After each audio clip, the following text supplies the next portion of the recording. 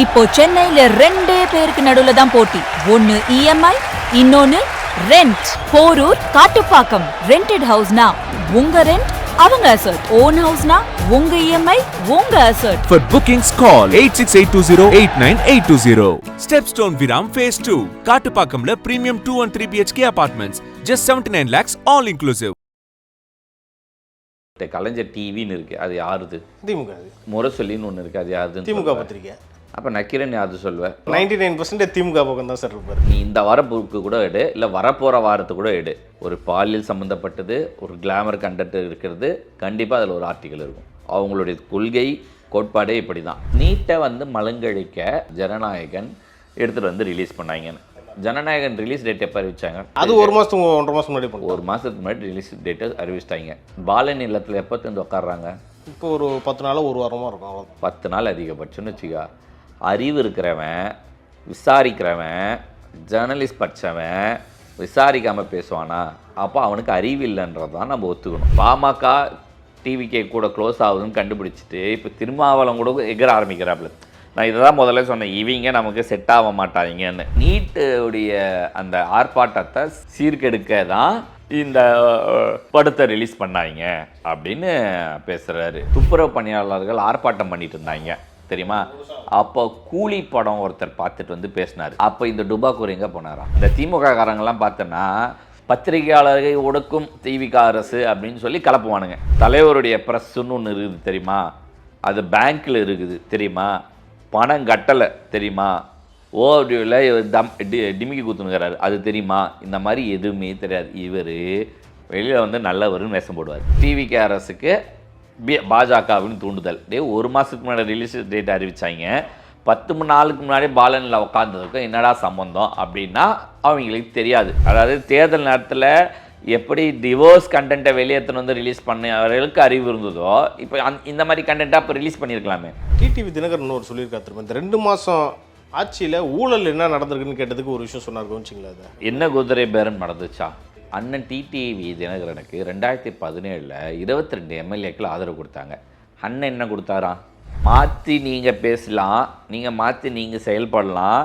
8 வருஷமாக 9 வருஷமாக என்னுடைய எதிரின்னு ஒரு கட்சியை சொல்லிவிட்டு காப்பாற்றுவேன்னு சொல்லிவிட்டு அவங்க கூடயே போய் கூட்டணி வச்சுப்பீங்க, எலெக்ஷனில் நிற்பீங்க, ஒரு எம்எல்ஏ ஜெயிப்பீங்க, இதெல்லாம் பண்ணலாம்.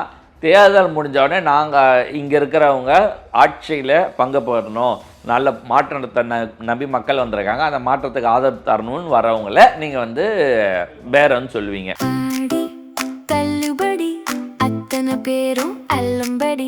6 முதல் 60% வரை ஆடி தள்ளுபடியுடன் சூப்பர் சரவணா ஸ்டோர்ஸ், சென்னை, மதுரை, கோவை.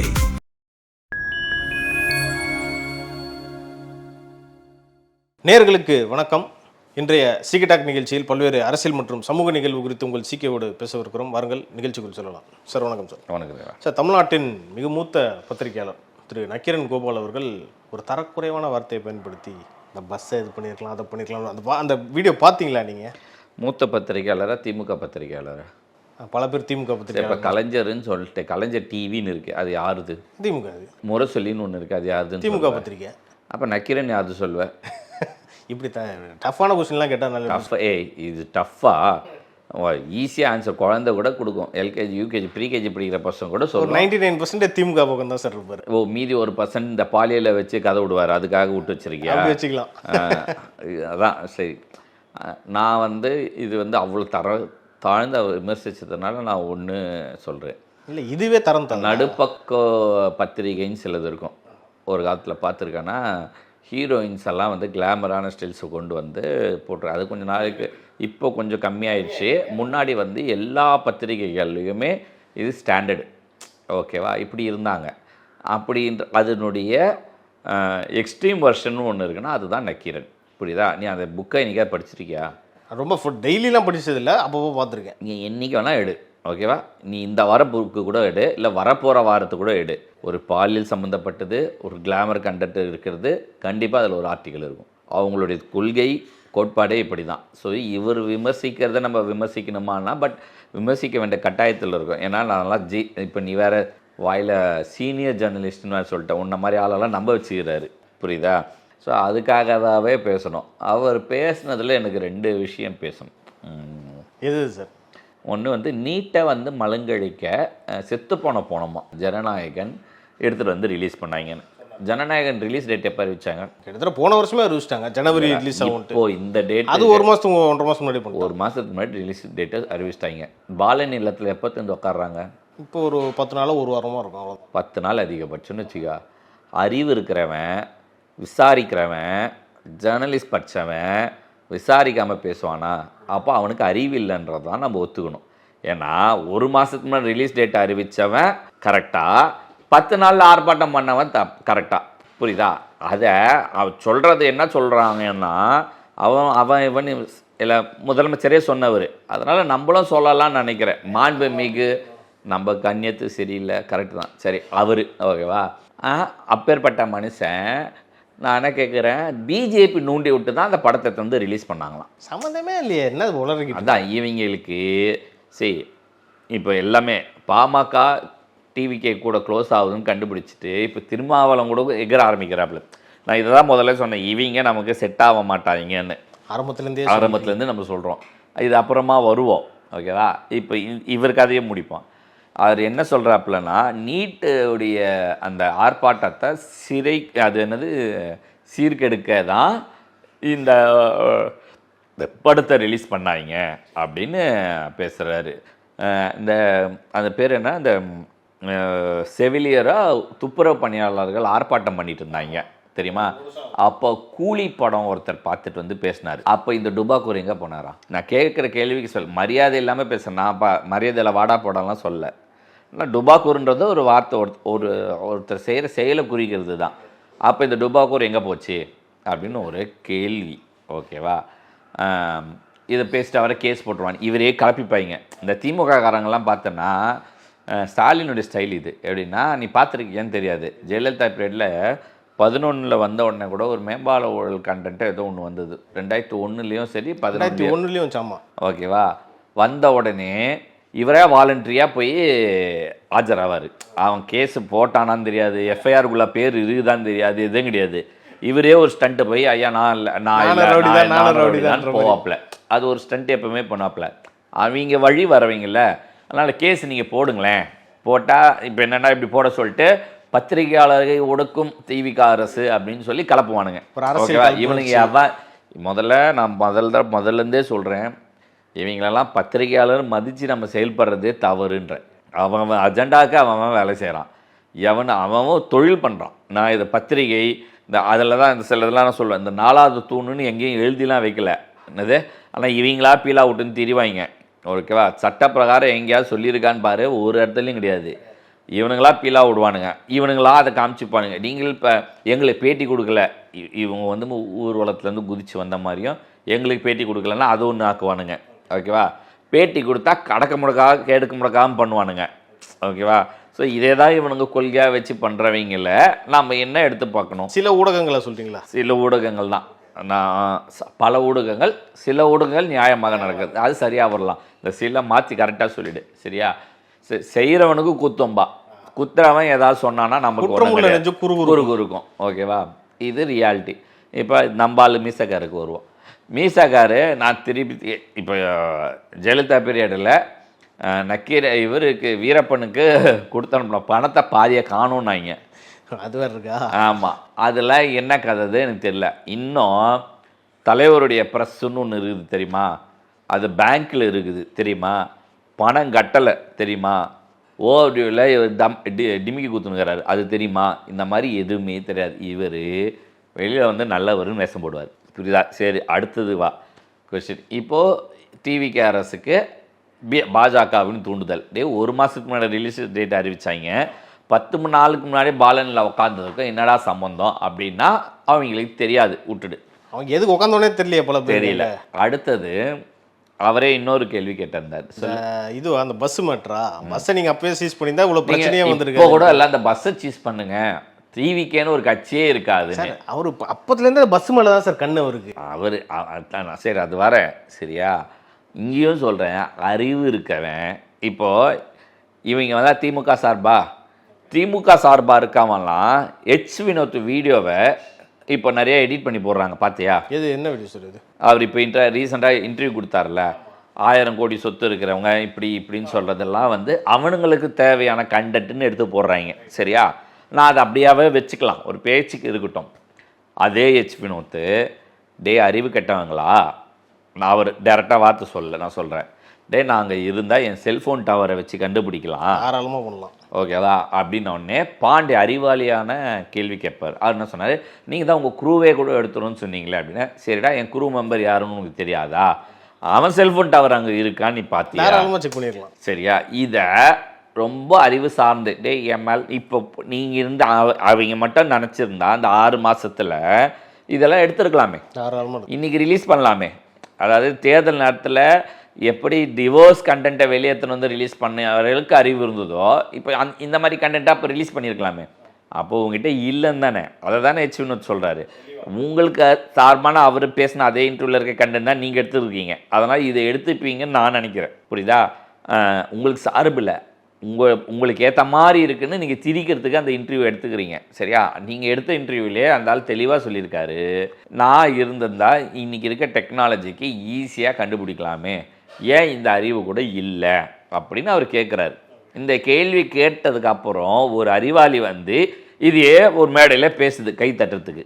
புரியுதா, அதுதான் அந்த இவங்க நிறைய பேர் சொன்னாங்க, டிவிகேவை வந்து அந்த யங்ஸ்டர்ஸ் எல்லாம் தற்குறிகள்னு சொன்னாங்க. இப்போ எனக்கு புரியுது என்னென்னா, இந்த மாதிரி கேவலமாக பேசலாம் கை தட்ட நம்பரு, அதுதான் தற்குறி குரூப்போ. அதை தான் டிஆர்பி ராஜா அன்றைக்கே சொன்னார் அந்த கூட்டத்தில், நாங்கள் தெரியாமல் அந்த வார்த்தையெல்லாம் பயன்படுத்தினா அது நான் பண்ண பெரிய தப்புன்னு ஒத்துக்கிட்டாரு. ஆனால் இப்போ நம்ம தெரிஞ்சு பயன்படுத்துவோம். அவங்க தற்குறி கூட்டம், என்னது தற்குறி கூட்டம் அப்படின்னு சொல்லலாம். ஓகேவா, என்ன சார் இது வரைக்கும் நீங்கள் தெளிவாக சொல்லிட்டீங்க. அடுத்து டிடிவி தினகரன் இன்னொரு சொல்லியிருக்காரு திரும்ப, இந்த 2 மாதம் ஆட்சியில் ஊழல் என்ன நடந்திருக்குன்னு கேட்டதுக்கு ஒரு விஷயம் சொன்னார், கவனிச்சிங்களா? அதை என்ன குதிரை பேரன் நடந்துச்சா, 25 அவர் அமமுக வேட்பாளர் மாறினாருன்னு ஒரு காண்டு இருக்குது. சரி, ஓகே வந்துடுறேன். என்ன 25 எம்எல்ஏ போனதை பற்றி அவர் கேட்குறாரு, பேசுகிறாரு. சரியா, எவ்வளோ கொடுத்தாங்கன்னு தெரியல, காசு கொடுத்தாங்கன்னு தெரியல. அண்ணன் டிடிவி தினகரனுக்கு 2017 22 எம்எல்ஏக்கள் ஆதரவு கொடுத்தாங்க. அண்ணன் என்ன கொடுத்தாராம், ஆளுங்கட்சியாக இருந்த எடப்பாடி குரூப்லேருந்து வெளியே வந்து 22, அதுக்கப்புறம் 4 பேர் அவங்க போயிட்டாங்க, அவர் என்ன கொடுத்தாரு நமக்கு தெரியாது. ஓகேவா, மீதி 18 பேர் இங்கே நின்னாங்க. அப்போ அண்ணன் என்ன கொடுத்தாராம், அண்ணனுக்கு வந்தால் தக்காளி சட்னி ரத்தம், அடுத்தவனுக்கு வந்தால் தக்காளி சட்னியா? புரியுதா, அவருக்கு மேலே ஒரு நல்ல மரியாதை இருக்குது, ஒரு நல்ல லீடரு, ஒரு திறமையாக ஹேண்டில் பண்ண தெரிஞ்சவர் எல்லாமே. அதை விடு, இன்னொன்று தேர்தலுக்கு 3 மாதத்துக்கு முன்னாடி கழுவி ஊற்றி நின்றீங்க எடப்பாடியை, அவரை மாதிரி யாரும் கழுவி ஊற்றலை. ஆமாம், அதுக்கு நான் வந்து கட்சியை கலைச்சிடலான்ற ரேஞ்சுக்கு பேசினேன். இப்போ என்னடான்னா, சப்போஸ் ஆட்சி அமைக்க முடியலன்னா டிவிக்கு ஆதரவை வச்சு எங்கள் எடப்பாடியே முதலமைச்சர் அழைப்பேன். எப்படி இந்த வார்த்தை வருது அவர் வாயிலிருந்து? அதான் எனக்கு டவுட்டு. என்னுடைய கேள்வி என்னென்னா, மாற்றி நீங்கள் பேசலாம், நீங்கள் மாற்றி நீங்கள் செயல்படலாம். 8 வருஷமாக 9 வருஷமாக என்னுடைய எதிரின்னு ஒரு கட்சியை சொல்லிவிட்டு காப்பாற்றுவேன்னு சொல்லிவிட்டு அவங்க கூடயே போய் கூட்டணி வச்சுப்பீங்க, எலெக்ஷனில் நிற்பீங்க, ஒரு எம்எல்ஏ ஜெயிப்பீங்க, இதெல்லாம் பண்ணலாம். தேர்தல் முடிஞ்சோடனே நாங்கள் இங்கே இருக்கிறவங்க ஆட்சியில் பங்கு பெறணும், நல்ல மாற்றத்தை நம்பி மக்கள் வந்திருக்காங்க, அந்த மாற்றத்துக்கு ஆதரவு தரணும்னு வரவங்கள நீங்கள் வந்து பேரன்னு சொல்லுவீங்க. அதுவும் தீய சக்தி ஒருத்தர் வந்து தலைமை பொறுப்பில் இருக்கார், பொதுச் செயலாளர், இந்த வாய் தான் பேசிச்சு. சரி, இது இந்த நான் இப்போ நல்லா நோட் பண்ணி வச்சுக்கோ, இந்த வீடியோ இந்த ஷார்ட்ஸை கட் பண்ணி வச்சுக்கோ. வேணாம், இதே வாய் மறுபடியும் எடப்பாடியை விமர்சிக்கும், இதே வாய் டிவிக்கு உடைய கூட்டணிக்கு ஆதரவு சொல்கிற காலம் வரும், வெகு விரைவில் வருமா? காலம் வரும். நான் விரைவில்னால் நான் சொல்ல வரல. ஸோ மாற்றம் நம்ம இதுதான் நம்ம ஆரம்பித்ததுக்கப்புறம் இந்த சேஞ்சஸ் எல்லாம் நடக்கும். சரி, இப்போ என்ன ஆயிடுச்சு, இவங்க 2 பேர் சேர்ந்தால் தான் இவங்களுக்கு காலி பண்ண முடியுன்ற கண்டிஷனால் தான் இவங்க சேரதை பற்றியே பேசுகிறாங்க. புரியுதா? ஸோ அது சேரும் போதும் அங்கேருந்து பாதி பேர் கிளம்புவான். இதுக்கு எதிராக இருக்க திமுகலேருந்து கொஞ்சம் பேரும் அதிமுகலேருந்து கொஞ்சம் பேர் கிளம்பி எங்கே போவான்? இங்கே தான் வருவாங்க. அவ்வளோதான். அதுவும் அந்த ஆங்கர் வந்து நிறைய விஷயம் தெளிவாக ஒரு கேள்விலாம் கேட்டு அந்த கேள்விக்கு எல்லாமே அவர் சொன்ன பதில், நான் யூகத்துக்கு நான் பதில் சொல்ல மாட்டேன், உங்கள் அனுமானத்துக்கு நான் பதில் சொல்ல மாட்டேன். இவங்க வந்துட்டு யூகத்துலேயும் அனுமானத்துலேயும் பதில் சொல்லலாம். சரியா, எதை சொல்கிறேன், 18 எம்எல்ஏ நீங்கள் கூட்டு வந்தது குதிரை பேரம் அப்படின்னு நீங்கள் ஒத்துக்கிட்டீங்கன்னா டிவிக்கே குதிரை பேரம் நடத்துச்சு, நானும் ஒத்துக்கிறேன். ஓகே, நம்ம ஒத்துக்கணும்லாம் அவசியம் இல்லை, அவர் பண்ணது குதிரை பேரம் சொன்னால் சொல்கிறேன், நீ முடியாதே, நான் செஞ்சால் சரிதானே, அப்படி வராது. புரியுதா? அன்றைக்கி அவங்க விசுவாசமாக அம்மா ஆட்சியில் இவங்க சின்னம்மா இவங்க கதை பிரச்சனை இல்லை, இவர் தலைமை இருக்கிறதுனால தலைமையை ஏற்று ஆதரவு பண்ணாங்க. அது நியாயமாக தான் நடந்தது. குதிரை பேரம்ல எனக்கு தெரியும். ஏன்னா அது கூட சரௌண்டிங்கில் இருந்த எல்லா மக்களும் அன்றைக்கி என்னென்னலாம் நடந்தது எல்லா டேட்டாவும் எனக்கு தெரியும். நான் பர்சனலாக 4 பேர் எனக்கு தெரிஞ்சவங்களே அங்கே இருந்தாங்க. புரியுதா? எதனால் சொல்கிறேன், நியாயமாக தான் போனாங்கன்னு நான் ஏற்றுக்கிறேன். அந்த மாதிரி ஏன் விஜய்க்கு அவர்களுக்கு மட்டும் வரக்கூடாது? வரலாமே, தாராளமாக வரலாம். அது வந்தால் மட்டும் உங்களுக்கு என்ன பேரம்? ஓகே, அது இன்னொரு கேள்வி. அவர் அந்த ஆங்கர் கேட்குறாருல, நீங்கள் ஏன் வந்து நாளைக்கு அதிமுக கூட சேரக்கூடாதுன்னு கேட்டதுக்கு, இல்லை நாங்கள் இப்போவே சேர்ந்து தான் இருக்கோம், ஒன்றா தான் பயணிக்கிறோம், இதில் என்ன இருக்குது, அப்படிலாம் ஒன்றும் கிடையாதுன்னு ஒரு உருட்டு அது சொல்லுவாங்க. இப்போது அண்ணன் இத்தனை நாள் நான் என்ன கேட்குறேன், 100 கட்சி இருக்குது தமிழ்நாட்டில். என்னது 100 கட்சியில் இப்போ எக்ஸாம்பிள் 2 எம்எல்ஏ வச்சுருக்கவங்க இருக்காங்க, 4 எம்எல்ஏ வச்சுருக்கவங்க இருக்காங்க, 47 எம்எல்ஏ வச்சவங்க இருக்காங்க. 47 கிடையாது, இப்போ 40, 43, 40 ஆயிடுச்சு. ஓகே, அது இல்லாமல் ஒரு 57 எம்எல்ஏ வச்சவங்க இருக்காங்க. இவங்களெல்லாம் மீறி அந்த சேனல்காரன் இவரை தான் போய் பேட்டியிடுன்னு காத்துட்டு இருந்தான். புரியுதா? இதனுடைய எதிர்காலம் நான் சொல்கிறேன் கேந்தியோ. இப்போது வெளியே வருது பூனை கொஞ்சம் கொஞ்சமாக. புரியுதா? இது அப்படியே புலியாக ஆடுறதுக்கான காரணம் நடக்கும். அது அதிமுகவை கேப்சர் பண்ணுறதா மற்றதெல்லாம் என்னன்றதை வெயிட் பண்ணி பார். ஆனால் இந்த இன்டர்வியூலேருந்து வேற ஒரு ட்ராக் ஸ்டார்ட் ஆகுது. அந்த ட்ராக்கை நோக்கி அவர் போகிறாரு. அதுலேருந்து ஒரு விஷயத்தை நம்ம தெளிவுபடுத்திட்டு போயிருக்காரு. ஓகே சார், அடுத்தபடியாக அமைச்சர் மரிய வில்சன் என்ன சொல்லியிருக்காருன்னா, வரக்கூடிய சட்டமன்ற கூட்டத்தொடர், அதாவது பட்ஜெட் கூட்டத்தொடர் வருதுல்ல, அப்போ வந்து எதிர்க்கட்சிகள் அதிமுக உள்ளிட்ட கட்சிகளோட ஊழல் பட்டியலை நாங்கள் வெளியிட போகிறோம்னு சொல்லியிருக்காரு. இது ரொம்ப போல்டான விஷயமா நான் பார்க்குறேன். எப்படி சார் எடுத்துக்கலாம் தான்? சரி, போல்டான விஷயந்தான். நான் என்ன சொல்கிறேன், அது வரணுன்றேன். மக்கள்கிட்ட ஊழல் இப்போது சசிகலாவை எல்லாரும் என்ன சொல்லுவாங்க, சின்னம்மான்னுவாங்க, ஒரு தியாக தலைவின்னுவாங்க. அது அவங்க கட்சியில் சொல்லுவாங்க. பொதுவாக இருக்கவங்க இவங்க எதிர்கட்சியாக விமர்சித்தா என்ன விமர்சிப்பாங்க, ஊழல்வாதி அப்படின்னு. அப்போ ஊழல்வாதி இவங்களாகவும் இருந்தால் வெளியே வந்தால் அவங்களும் ஊழல்வாதி ஆகிடுவாங்களா? மக்களுக்கு போட்ட வெளிச்சத்தை காட்டுவோமே. இன்னொன்று என்னென்னா, இப்போ இருக்கிற முன்னாள் அமைச்சர் எத்தனை பேருக்கு மெடிக்கல் காலேஜ் இருக்குது சொல்லு? நம்ம இப்போ கூட சிங்கப்பூருக்கு மாமா ஒருத்தர் போயிட்டு இருந்தார்ல, அவர் வச்சிருக்காரு. அது மாதிரி பல பேர் வச்சிருக்காங்க. அவர் வச்சிருக்கிறாரு. ஜெகத் ரக்ஷகன் கிட்னி உருவாங்களே ஒரு ஹாஸ்பிட்டலில், அவர் வச்சிருக்காரு. தனலட்சுமி சீனிவாசன். ஓகே, தமிழ்நாட்டில் மட்டும் எத்தனை காலேஜஸ் இருக்குது? எவ்வளோ இருக்குது? நிறையா இருக்குது சார். அத்தனை காலேஜில் பாதிக்கு மேலே யார்கிட்ட இருக்குது? கவர்மெண்ட் காலேஜை தவிர மீதி எல்லாம் யார்கிட்ட? கட்சி ஆளுங்க தான், குறிப்பாக திமுக அதிமுகவில். அதிமுகவோட ரொம்ப கம்மி நினைக்கிறேன். 10னா 2 தான் அதிமுக நினைக்கிறேன். அது இப்போ சொல்கிறேன், ஓகேவா? இங்கே இந்த கேள்விக்கு வர பதில் சொல்கிறேன் கேளு. நீட்டு பேண்டுக்கும் நீட் எதிர்ப்பு, ஒரு அறிவாளி வந்து அப்துல் கலாம் பேரை யூஸ் பண்ணி ஒருத்தர் பேசுவார். நம்ம இவரா அந்த பொன்ராஜ், அவர் வந்து பாலன் இல்லத்துக்கு போகிறாரு.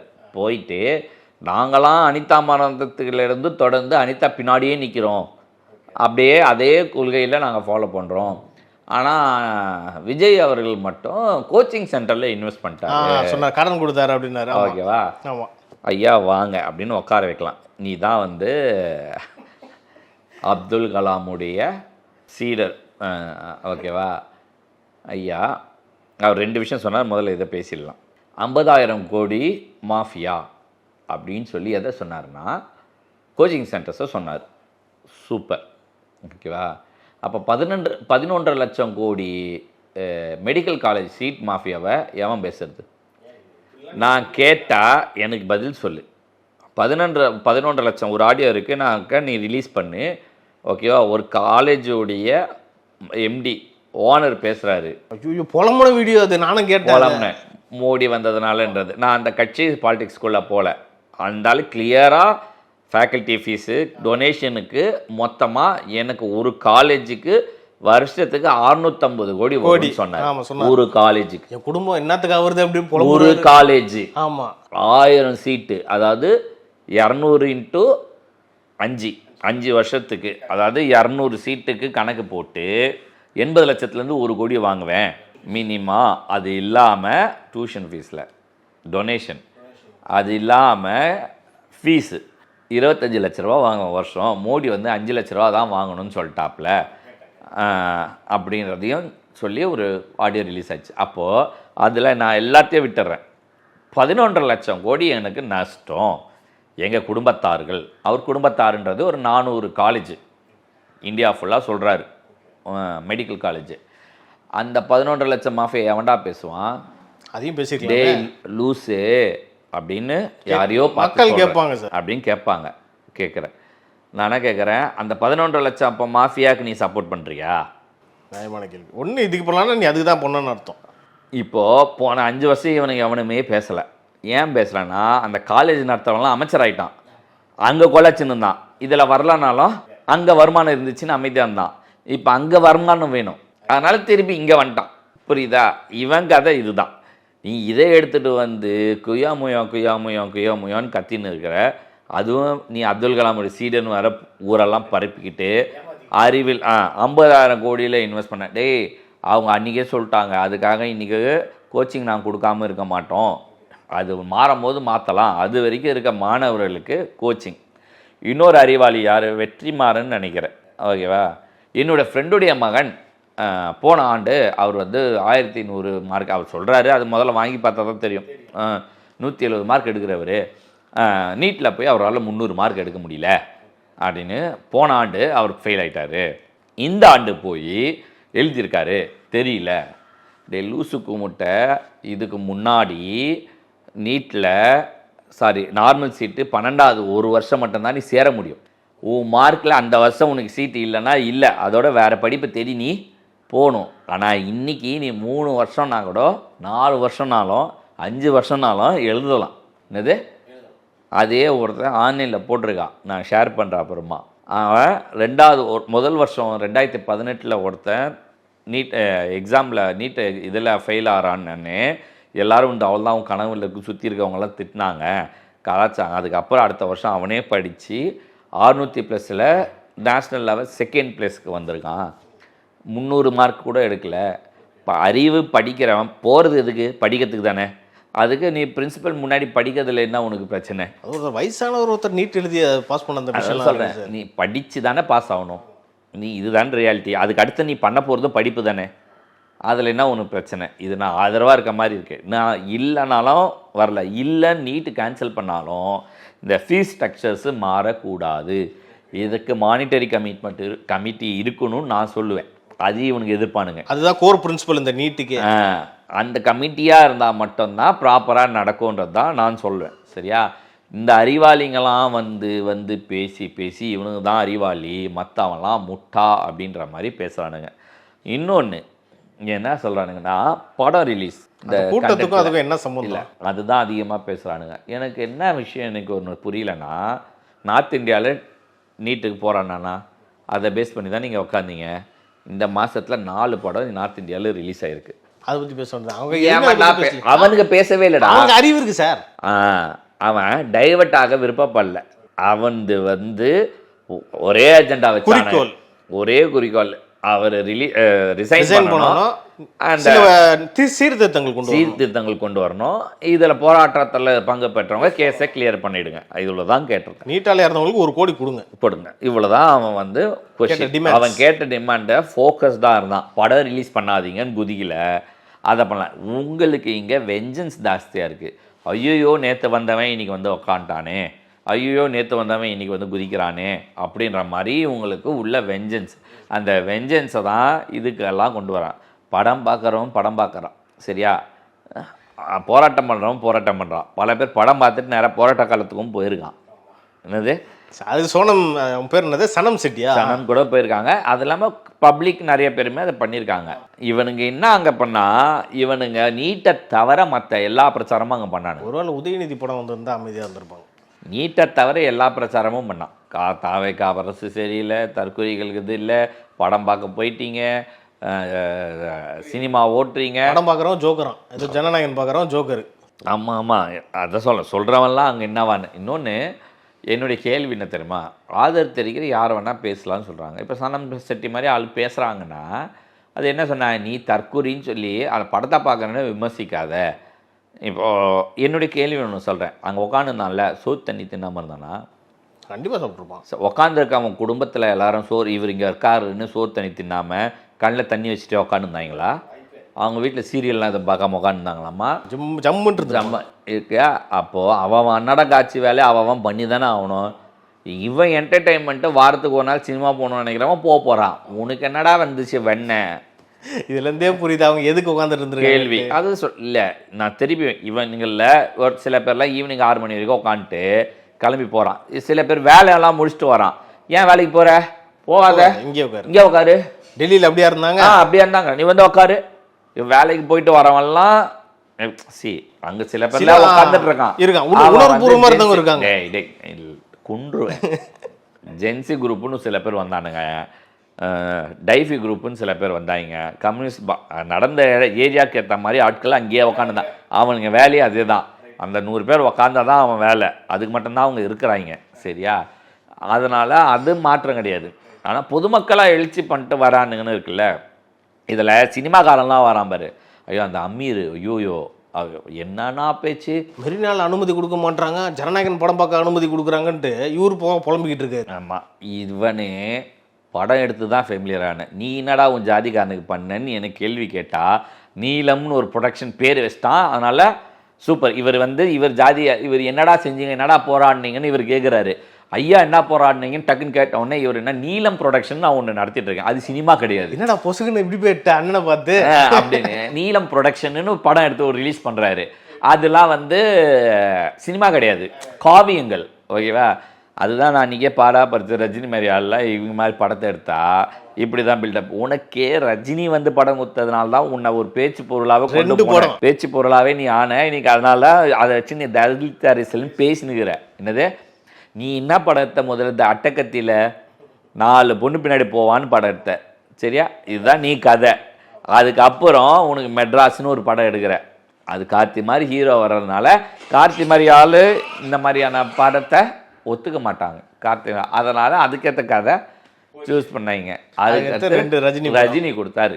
அது ஏன் கேவலமாக எடுத்து வச்சு ஃப்ளாப்பும் ஆச்சு அவருக்கு. அதுக்கடுத்து ஒரு படம் சார் இப்போ விக்ரம் வச்சு ஒன்று எடுத்தாப்புல சார், அதுவும் ஃபெயிலியர் சார். அது நான் சொல்கிறேன், எல்லா படமும் அப்படி தான்.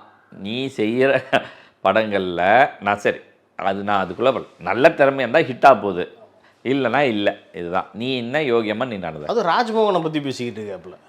நீ என்ன தலித்து குரல் கொடுத்துட்டே, நீ ஆம்ஸ்டாங் டெத்துக்கே குரல் கொடுக்காதவன். சும்மா போய் அந்த அக்கா கிட்ட பேசிட்டு அந்த அக்கா பிரச்சாரத்துக்கு போகும்போது கூட போனியா நானே? அப்போ திமுக சொம்ப பூச்சின்னு இருந்தா அவன் அதிமுக காரன் சீட்டு கொடுத்தான். என்னது அவங்க சிம்பு கொடுத்தாங்க, நீ கொடுக்கல. நீ திமுக சொம்ப தூக்கி நிற்கிற. ஓகேவா?